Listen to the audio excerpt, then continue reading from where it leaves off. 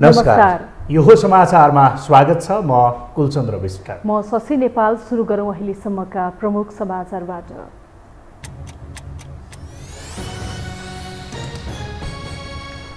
सरकार र पार्टी सञ्चालनमा देउबा असफल भएको शेखर पक्षको आरोप। महामन्त्री द्वयको भूमिकामा पनि उठे प्रश्न। रचनात्मक प्रतिवादको आवश्यकता रहेको निष्कर्ष। मन्त्री हेरफेरको सिलसिलाले सत्ता गठबन्धनलाई चुनौती। आन्तरिक कलहमा फँसेको जसपाले पनि मन्त्रीलाई फिर्ता बोलायो। बहसलाई फुटको रूपमा नबुझ्न बाबुरामको आग्रह। रोपाईँको सिजनमै मल नपाउँदा तराईका किसानलाई शास्ति। सीमापारीबाट ल्याइएको मल पनि सुरक्षाकर्मीले खोजेको गुनासो। हजारौं बिघा खेतीयोग्य जमिन बाँझै। रुसद्वारा युक्रेनका मुख्य सहरमा मिसाइल आक्रमण थप तीव्र। ओडेसा क्षेत्रमा भएको बमबारीबाट कम्तीमा 18 जनाको मृत्यु। आक्रमणबारे मस्को मौन। र नेपाली राष्ट्रिय क्रिकेट टोलीले क्यानाडाको स्थानीय क्लबसँग अभ्यास खेल खेल्दै राष्ट्रिय टोलीसँग पनि 2 खेलको 1 दिवसीय सिरिज खेल्ने।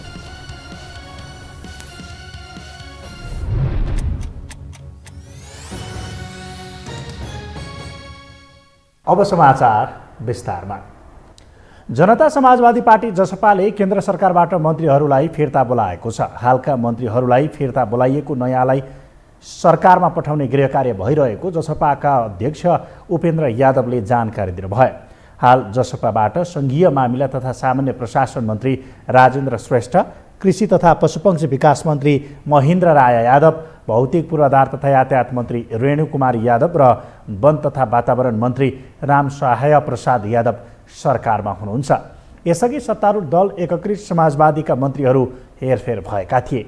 प्रधानमन्त्रीसँग छलफल र आन्तरिक परामर्शपछि हेरफेरको निर्णयमा पुगिने नेताहरूले बताएका छन्। जनता समाजवादी पार्टीमा लामो समयदेखि कचल्टिएको विवाद अब फुटको सङ्घारमा पुगेको छ। अन्ततः सङ्घीय परिषद अध्यक्ष डाक्टर बाबुराम भट्टराई र अध्यक्ष उपेन्द्र यादव दुवैले सहमतिमै आफ्नो बाटो लाग्ने तयारी गरेका छन्। उनीहरूको यो भद्र सहमतिसँगै भट्टराईको अबको बाटो र भविष्यका विषयलाई लिएर विभिन्न विश्लेषण सुरु भएको छ। 3 वर्ष अगाडि एकता गरेका डाक्टर बाबुराम भट्टराई र उपेन्द्र यादव अन्ततः विभाजनको सङ्घारमा पुगेका छन्। वैकल्पिक राजनीतिक शक्ति बन्ने उद्देश्यसहित एक भएका उनीहरू एकअर्कालाई कारबाही र गाली नगर्ने भद्र सहमतिसहित यो बाटोमा पुगेका हुन्। विशेषतः 2 अध्यक्ष हुनुपर्ने विषयमा विवाद हुँदै आएको जनता समाजवादी पार्टी जसपामा पछिल्लो समय मन्त्री हेरफेरको विषयमा 2 पक्षबीच विवाद चुलिएको थियो।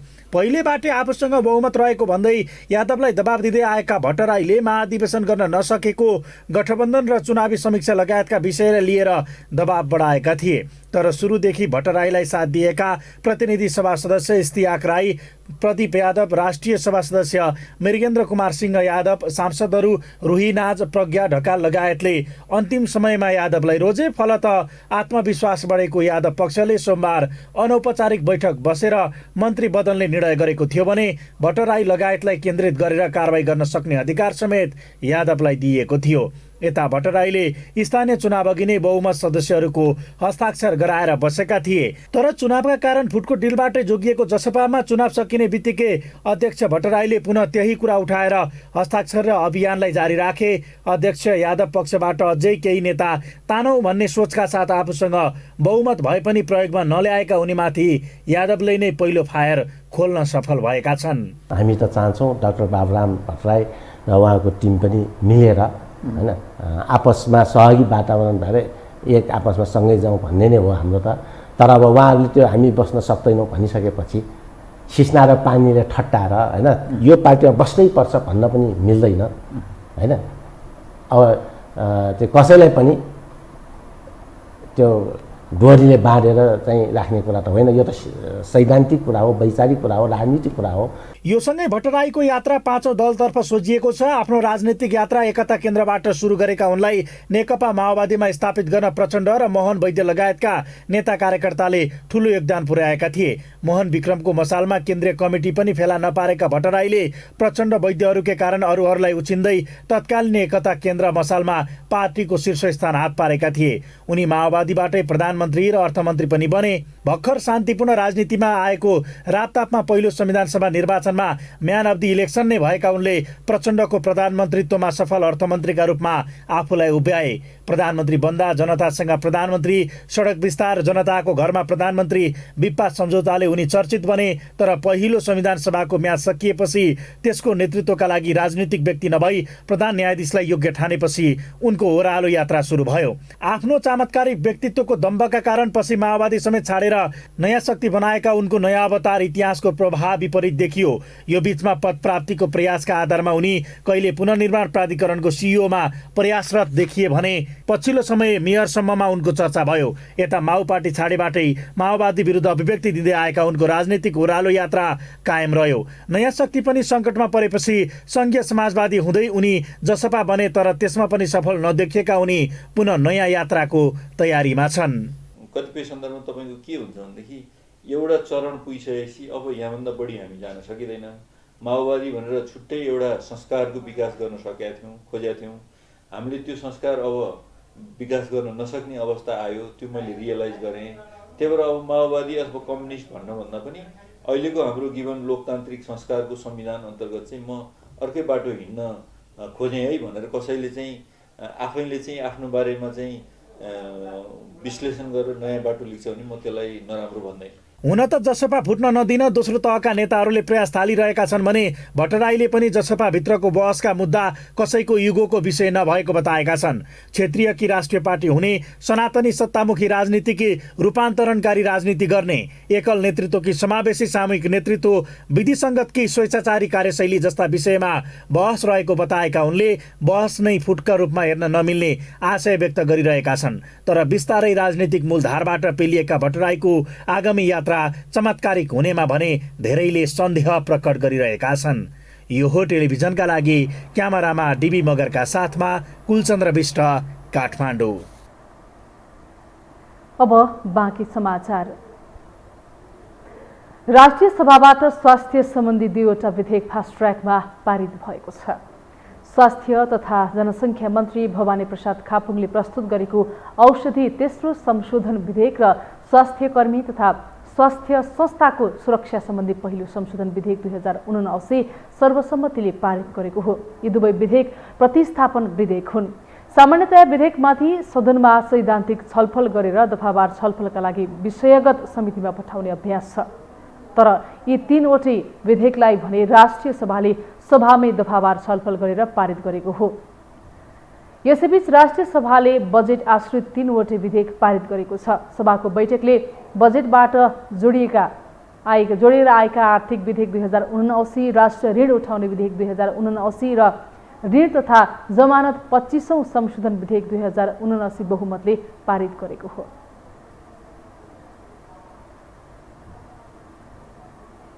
कानुन न्याय तथा संसदीय मामिला मन्त्री गोविन्द प्रसाद शर्मा कोइरालाले तत्कालको घटनाबाट प्रभावित भएर कानुन संशोधन गर्न नहुने बताउनु भएको छ।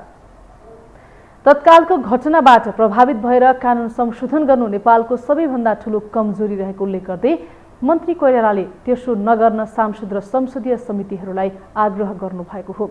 आज प्रतिनिधि सभा अन्तर्गतको कानुन न्याय तथा मानवाधिकार समितिको बैठकमा बोल्दै उहाँले कानुन निर्माणमा गलत खालको प्रभाव पर्न नदिन लिगल थिङ्क ट्र्याक नै बनाएको उल्लेख गर्नुभयो।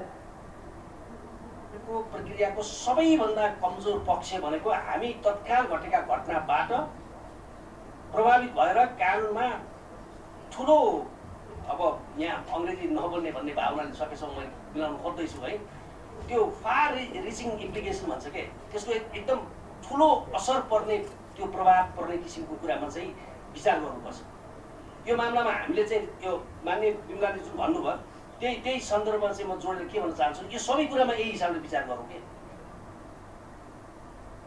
मन्त्री कोइरालाले महिला हिंसाका घटनाका पीडितलाई पीडकबाट असुल गरिएको जरिवाना सोझै उपलब्ध गराउने कानुनी व्यवस्था गर्न सकिने बताउनु भयो।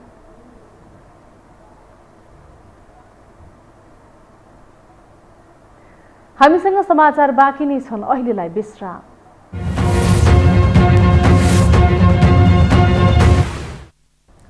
विश्रामपछि यो समाचारमा स्वागत छ। अब बाँकी समाचार। शेरबहादुर देउवा प्रत्येकपल्ट नेतृत्वमा आउँदा विगतको असफलता ढाँट्न पनि छवि सुधार्नै पर्ने आवश्यकता छ, तर प्रत्येकपल्टका सरकार सञ्चालनमा असक्षम देखिने गरेका छन्। यद्यपि सरकार हुँदै पार्टी सञ्चालनमा समेत देउवा असफल भइसक्दा अन्य नेताहरू भने लाचार बनेका छन्। एक रिपोर्ट। नेपाली कांग्रेसको सभापति समेत रहेका प्रधानमन्त्री शेरबहादुर देउवाले चलाएको सरकारबाट असफलताको गन्ध आइरहेका बेला पार्टी समेत लथालिङ्ग बनेको छ। सरकार र पार्टी सञ्चालनबारे समीक्षा गर्न पार्टीभित्रको प्रतिपक्ष समूहले लगालग 2 दिनसम्म छलफल चलाए पनि देउवाका अघि ठोस कार्यनीति बनाएको छैन।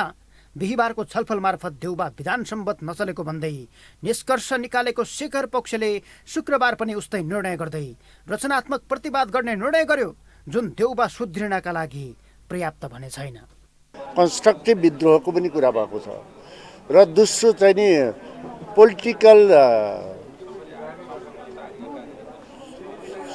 सोचाइमा पनि परिवर्तन भएको छ।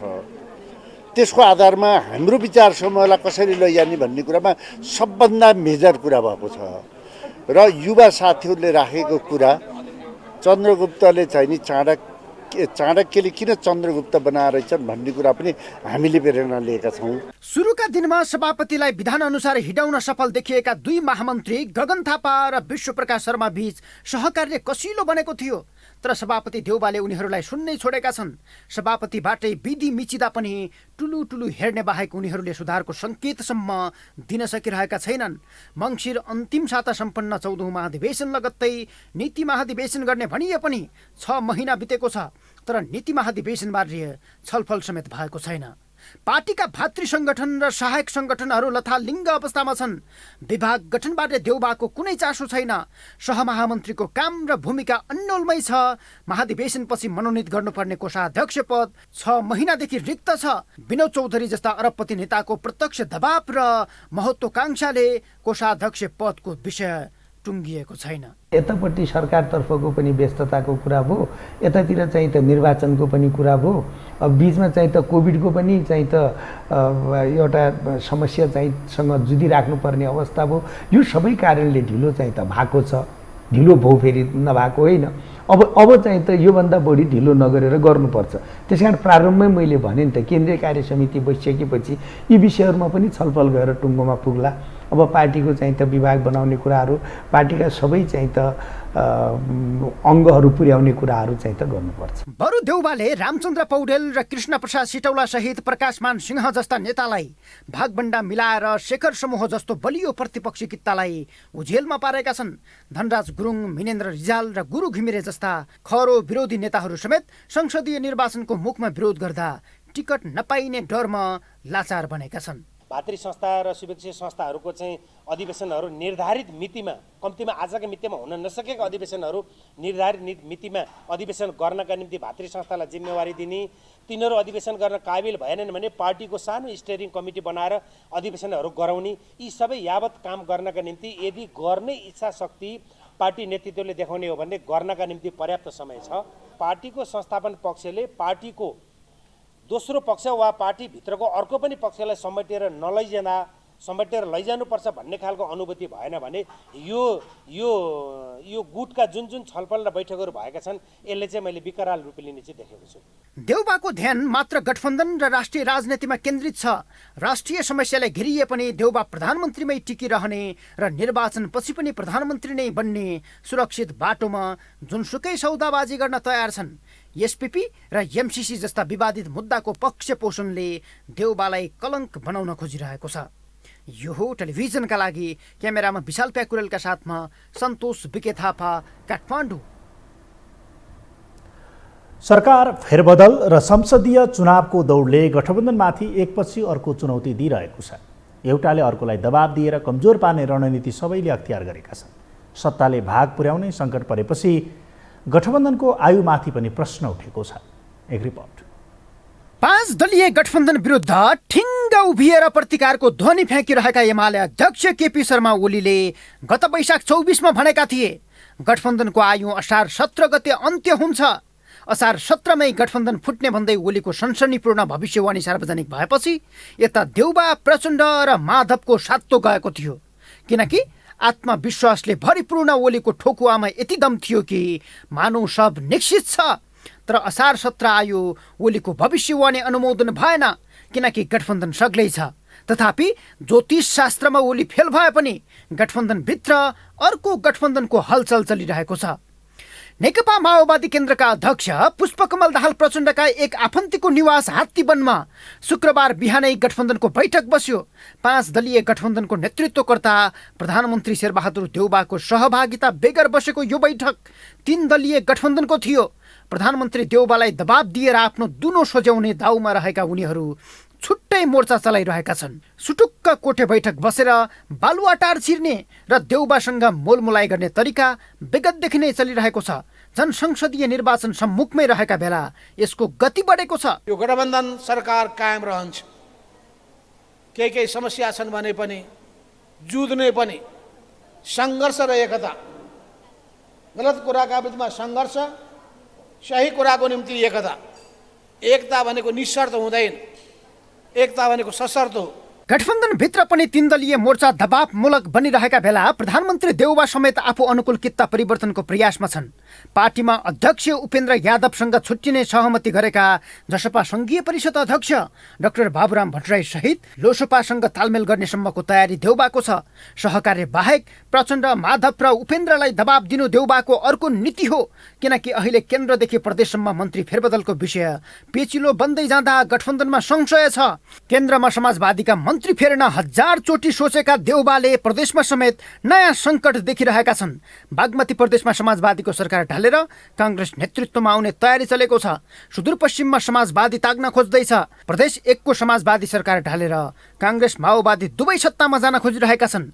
प्रदेश सरकार यसै पनि अलोकप्रिय छन्। त्यसमा सत्ता स्वार्थको जगमा उभिएर भइरहेका फेरबदलले ओली र गठबन्धन बीच फरक देखाएको छैन। तथापि दलहरू गठबन्धनमा सबैले सबैलाई दबाब दिने नीति अख्तियार गरेका छन्, जसमा सहमति नभए संसदीय निर्वाचनमा मिलेर जान गठबन्धनलाई धौ पर्नेछ। शेरबहादुर देउवाजी जित्ताका साथ होइन, अहिलेको प्रधानमन्त्रीलाई राम्रैसँग थाहा छ यो इक्वेसन बनाउन हामीहरूले के भूमिका खेलेका छौँ भन्ने।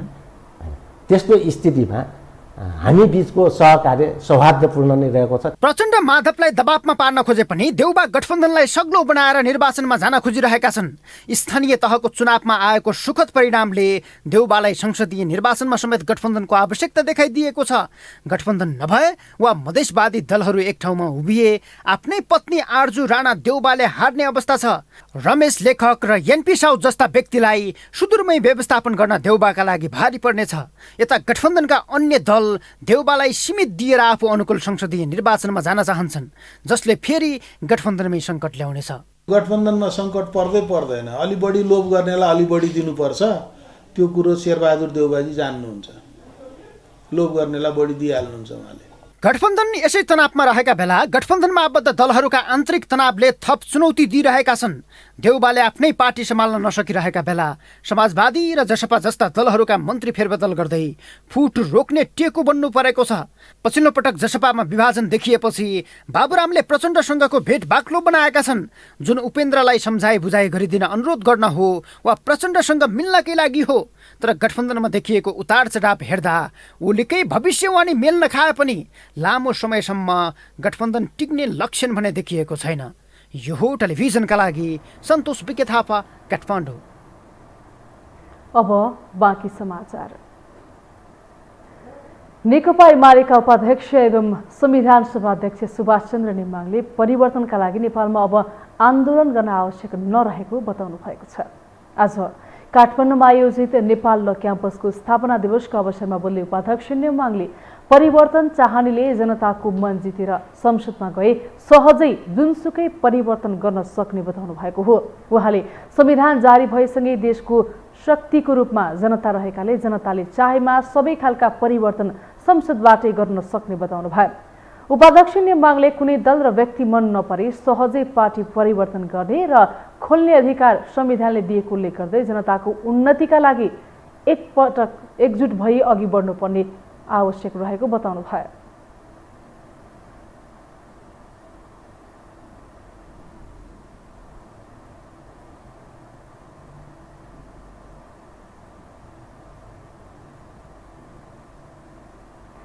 उपाध्यक्ष नेमाङले देश र राजनीतिक दल पनि संविधान अनुसार नै चल्नुपर्नेमा जोड दिनुभयो। निर्वाचन आयोगको तथ्याङ्क अनुसार नेपालमा साना ठुला गरी झन्डै 200 राजनीतिक दल छन्। एउटै विचार, एजेन्डा र सिद्धान्त भएका अनेकन दल अस्तित्वमा छन्। केही ठुला दल बाहेक वैकल्पिक शक्तिका रूपमा उब्जिएका साना दलहरूले आफ्नो औचित्य र सान्दर्भिकता नै पुष्टि गर्न सकेका छैनन्। एक रिपोर्ट। नेतृत्वको सत्ता र शक्तिप्रतिको मोहका कारण साना ठुला सबै राजनीतिक दल आन्तरिक विवादबाट प्रताडित छन्। यो रोगबाट ठुला राजनीतिक दलदेखि वैकल्पिक भनिएका दलहरू समेत अछुतो छैन। साना दलहरूलाई दलको अस्तित्व जोगाउने हम्मे हम्मे परिरहेको छ। पार्टीको अस्तित्व जोगाउनकै लागि नेताहरूलाई मन्त्री उपहार दिएर थुमथुम्याउने दृश्य भर्खरै एमालेबाट छुट्टिएको नेकपा एकीकृत समाजवादी पार्टीले प्रमाणित गरिसकेको छ। तर च्याउसरी नै नयाँ पार्टी खोल्ने क्रम भने झन बढेको छ। यो सूचीमा कम्युनिस्टहरूलाई एक बनाउने भनेर लागि परेका वामदेव गौतमदेखि सञ्चार कर्म छोडेर राजनीतिमा होमिएका रवि लामेछानेसम्म छन्। मैले आफ्नो आजको प्रस्तावमा लेखेको छु, मैले पनि गल्ती गरेकै। यदि मैले कुनै समूह पार्टीभित्र उत्पन्न भएको समूह यो वा त्योमा नलागिकन मैले बिचमा बसेर त्यहाँभित्र प्रयत्न गरेको भए कुनै पनि हालतमा पार्टी फुट्ने थिएन। हालसम्म निर्वाचन आयोगमा 200 को हाराहारीमा राजनीतिक दलहरू दर्ता छन्। तर यीमध्ये संवैधानिक थ्रेसहोल्ड सहित 6 वटा पार्टी मात्र राष्ट्रिय दलका रूपमा छन्। वैकल्पिक भनिएका दलहरूले आफ्नो औचित्य नै पुष्टि गर्न सकेका छैनन्। नारायणमान बिजुक्सेको नेमकिपा, मोहन वैद्य नेतृत्वको नेकपा क्रान्तिकारी माओवादी, चित्रबहादुर केसीको राष्ट्रिय जनमोर्चा, नेत्रविक्रम चन्द विप्लव नेतृत्वको नेकपा, सीके राउतको राष्ट्रिय जनमत पार्टी, विवेकशील साझा केही उदाहरण मान्न सकिन्छ। दलीय व्यवस्थामा गुणस्तरीय राजनीतिक प्रतिस्पर्धाको अभावमा ठूला दलहरूको मनपरी थप बढ्दो छ। अझ ठूला दलहरू यी दलहरूलाई दलको हैसियत दिन समेत तयार छैनन्। सरकार त जसले जित्छ त्यसकै सरकार भयो नि त, त्यो त चेन्ज हुँदैन नि। यहाँ त सरकार बनाउने प्रश्न छ। यहाँ national international development, overall leading capacity, त्यो संरचना सबै चिज भएको शक्तिले मात्रै त्यसको नेतृत्व गर्न सक्छ।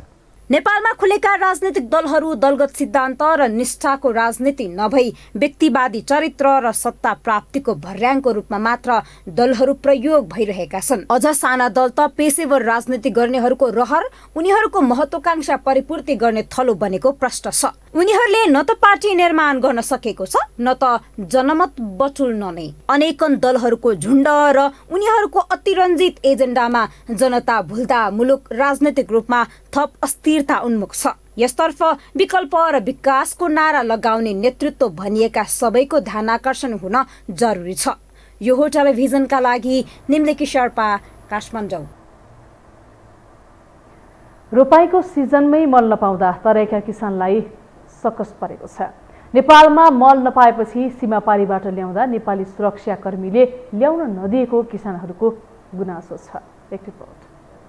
तराईका किसानहरूलाई अहिले धान रोपाईको चटारो छ, तर रोपाई गरिरहेका किसानहरूले रासायनिक मल भने पाउन सकेका छैनन्। सिजनमै आएर रासायनिक मल नपाएपछि हुर्किसकेको धानको बिउ सुक्ने चिन्ताले उनीहरूलाई सताएको छ। बेर्ना हुर्किएर रोप्ने अवस्थाको भए पनि मलको अभावमा किसानले रोपाई गर्न पाएका छैनन्। रोपिसकेको धान बालीको लागि अति आवश्यक रासायनिक मल आफ्नै देशमा किन्न नपाएपछि बाध्य भएर भारतीय बजारबाट ल्याउनु परेको छ। 1-2 बोरा मल साइकलमा बोकेर ल्याउँदा समेत नेपाल भारत सीमा नाकामा खटिएका नेपाली सुरक्षाकर्मीले ल्याउन नदिएको किसानहरूले गुनासो गर्दै आएका छन्। खाद मिली छैन, हमारे सब छिमेकी है इंडिया से 94 खाद लबै छी पुलिस सब एते सबसे गुंडागर्दी करे छै पिटबो करे छै तनाशाही करे पुलिस सब पैसा लेला के बाद भी बेइज्जत करे छै। अब किसान के धान के बेला में धान के समय कौन काम करते आदमी 94 के इंडिया से लबै छै सब नेपाल सरकार तो अंधा है। नेपाल सरकार कुछ बात पर विचारे न करी छै। किसान सबसे मर रहा है सबसे अखदी डाकू है पुलिस प्रशासन। धान के जैसे धान रोपनी के समय में किसान कथी खते कहाँ से लेते धान कि भारत से लेते कि इंडिया के चाइना से लेते लेकिन नेपाल सरकार में चूड़ी पहन के बैठा कुछ बात पर विमर्श नहीं करिए। और सबसे गद्दार पुलिस प्रशासन है। खाद मल मिल न रहा है दे न रहा किसान के अब ब्लैक से बेच रहा है। किसान कथी करते मरते कि जीते अब किसान के न दे कहीं सिफारिश कराबे 2 दिन से जाए न करे कहीं खादे नहीं आज तक ले देखी ले जाए अभी केते बोरा छिटे हम देख के। रोपाई गर्ने तयारीमा रहेका किसानहरू धान रोप्दा चाहिने डीएपी मल जति कोसिस गर्दा पनि नपाएको गुनासो गर्छन्। मल नहाली रोपाई गर्दा फसल राम्रो नहुने भएकोले समयमा रोपाई नगर्दा हुर्किसकेका बेर्नाहरू बिग्रन थालेको उनीहरूको दुखेसो रहेको छ। मलको लागि सहकारीमा धाउन थालेको 1 महिना नाग्दा समेत मल नपाएको किसानले बताएका छन्। देखू यही जगह खेत हमसे जोत कोड़ के तैयारी कर ली एक बाद में खाद के अभाव में बिया के अभाव में हमर सबके खेती बंद हो जा रहा है। बाद में देश के स्थिति यदि हमरा सबके उपजा न हो तो देश के स्थिति की रह यही बारे के लेल फिर जनता जो है गरीब जनता के तो लोग नेता सब जबरदस्ती जांच के राख के ओझरा के आ हमरा सके जही से जिए मरे के कोई उपाय रहे एकरा लेल कोई न सोच रहा। कोई अथी उपलब्ध न है कि यहाँ किसान कैसे करते धान रोपनी है ऊख के अथी खाद छीटे के है यहाँ डीलर वाला से दूसरा से बेच रहा है यहाँ खाद न मिल रहा है समस्या ये किसान कथी करते यार है।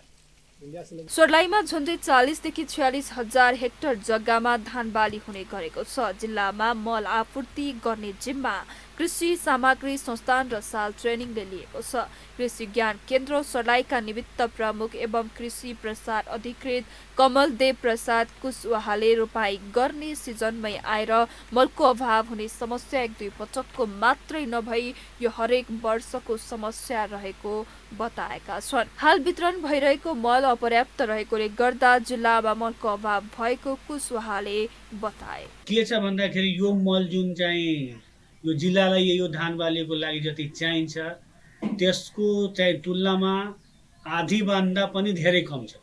झन्डै हाराहारीमा भन्ने भने तपाईको 30 देखि 40% मात्र चाहिँ आपूर्ति हुन्छ।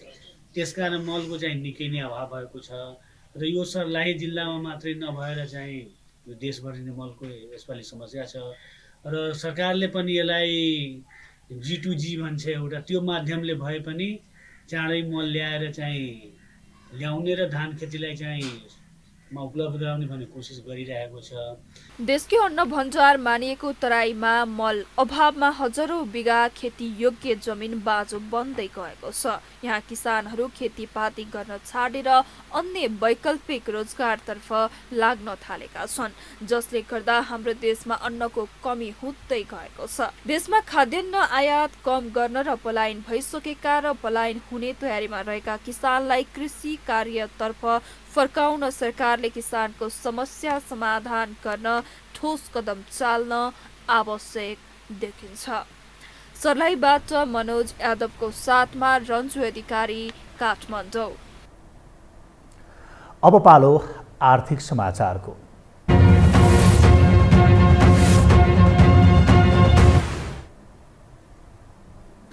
नेपाल राष्ट्र बैंकका पूर्व गभर्नर दिपेन्द्र बहादुर छेत्रीले राष्ट्र बैंकले ल्याउने आगामी मौद्रिक नीति अपेक्षाकृत नहुने आशंका व्यक्त गर्नुभएको छ।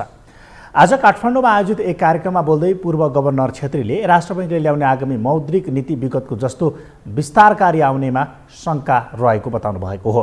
उहाँले बैंकहरूले उद्योगको क्षमता विस्तार गर्न दिएको कर्जा आयात गर्न प्रयोग भएको बताउनुभयो। पूर्व गभर्नर छेत्रीले नेपाल राष्ट्र बैंकका गभर्नर स्वयंले हरेक फोरमहरूमा बैंकिङ ब्याज दर बढ्ने स्पष्ट रूपमा भनेकाले शंका गर्ने स्थिति रहेको बताउनु भयो।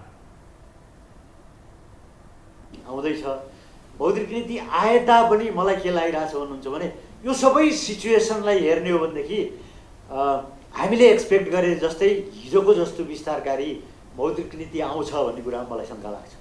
किनभने ब्याङ्कले भन्यो नि त हामीले तपाईँहरूको उद्यम व्यवसायलाई चाहिँ बढावा दिनुको निमित्त दिएको आयात गर्नलाई प्रयोग गर्नुभएको रहेछ तपाईँहरूले त भनिसिद्ध्याएपछि अब जाने बाटो हो के हो भन्ने कुरो त भन्यो नि। पूर्व गभर्नर छेत्रीले नेपालको अर्थतन्त्रमा तत्काल श्रीलङ्काको जस्तो परिस्थिति नरहेको बताउनुभयो। उहाँले श्रीलङ्काको जस्तो राजनीतिक अधिकार समिति व्यक्तिलाई दियो भने कुनै समय हुन सक्ने सम्भावना भने कायम रहेको पनि बताउनुभयो। नेपाल स्टक एक्सचेन्ज नेप्सेमा आज सामान्य अङ्कको गिरावट आएको छ। आज नेप्से 8.87 अङ्कले घटेर 2028.77 बिन्दुमा बन्द भएको हो। त्यस्तै आज नेप्सेमा 1,45,93,00,000 रुपियाँ बराबरको कारोबार भएको छ। आज कारोबार भएका 63 कम्पनीको सेयर मूल्य बढेको छ भने 126 कम्पनीको सेयर मूल्य घटेको छ। यसमध्ये 2 कम्पनीको सेयर मूल्यमा उच्च वृद्धि भएको छ। हामीसँग अन्तर्राष्ट्रिय र खेल समाचार बाँकी नै छन्। अहिलेलाई पुनः विश्राम।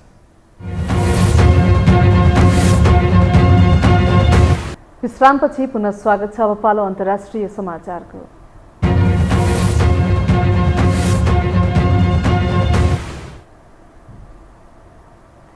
युक्रेनको दक्षिणी ओडेसा क्षेत्रमा रुसी मिसाइल आक्रमणमा एक बालकसहित कम्तीमा 18 जनाको मृत्यु भएको छ। युक्रेनको आपतकालीन सेवा DSNSले सेरहिका गाउँको 9 तले भवनमा एउटा मिसाइल प्रहार गर्दा 18 जनाको मृत्यु भएको र 30 जना घाइते भएको बताएको छ।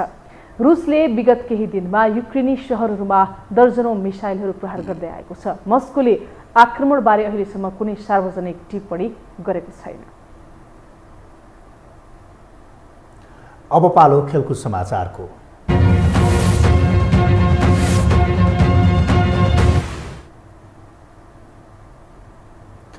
नेपाली राष्ट्रिय क्रिकेट टोलीले आज क्यानाडाको स्थानीय क्लबसँग अभ्यास खेल खेल्दैछ। घरेलु टोलीसँगको एक दिवसीय सिरिजका लागि क्यानाडामा रहेको नेपालले आज ओन्टारियो विरुद्ध अभ्यास खेल खेल्न लागेको हो। खेल नेपाली समयअनुसार अहिले केही बेरमा सुरु हुनेछ। त्यसपछि नेपालले क्यानाडाको राष्ट्रिय टोलीसँग 2 खेलको एक दिवसीय सिरिज खेल्नेछ। नेपाल र क्यानाडा बीचको पहिलो एक दिवसीय जुलाई 4 र दोस्रो एक दिवसीय जुलाई 5 मा हुनेछ। त्यसपछि नेपालले स्कटल्यान्डमा विश्वकप लिग 2 अन्तर्गतको त्रिकोणात्मक एक दिवसीय सिरिज खेल्ने कार्यक्रम छ।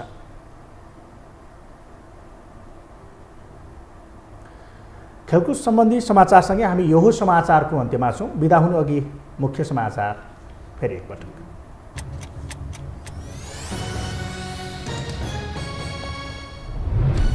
सरकार र पार्टी सञ्चालनमा देउवा असफल भएको शेखर पक्षको आरोप। महामन्त्री द्वयको भूमिकामा पनि उठ्यो प्रश्न।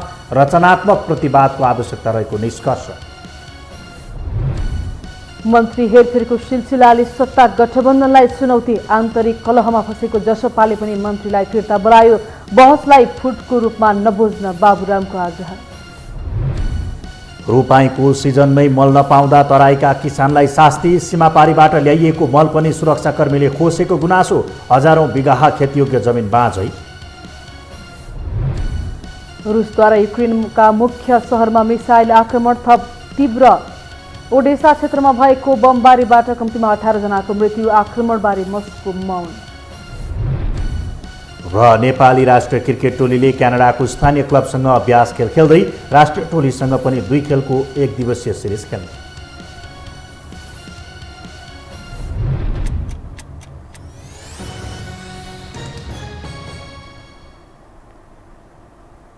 हवस् त, यो समाचार सकियो। समाचार बुलेटिनका साथै यो टेलिभिजनका सम्पूर्ण कार्यक्रम yoho.television.com, yohoखबर.com, युट्युब र फेसबुकमा पनि पढ्न र हेर्न सक्नुहुनेछ। मोबाइलमा योहो टिभी एप डाउनलोड गरी हामीलाई प्रत्यक्ष हेर्न सक्नुहुनेछ। तथ्यसहितको निष्पक्ष समाचार तथा मनोरञ्जनका लागि हेर्दै रहनुहोला योहो टेलिभिजन। नमस्कार।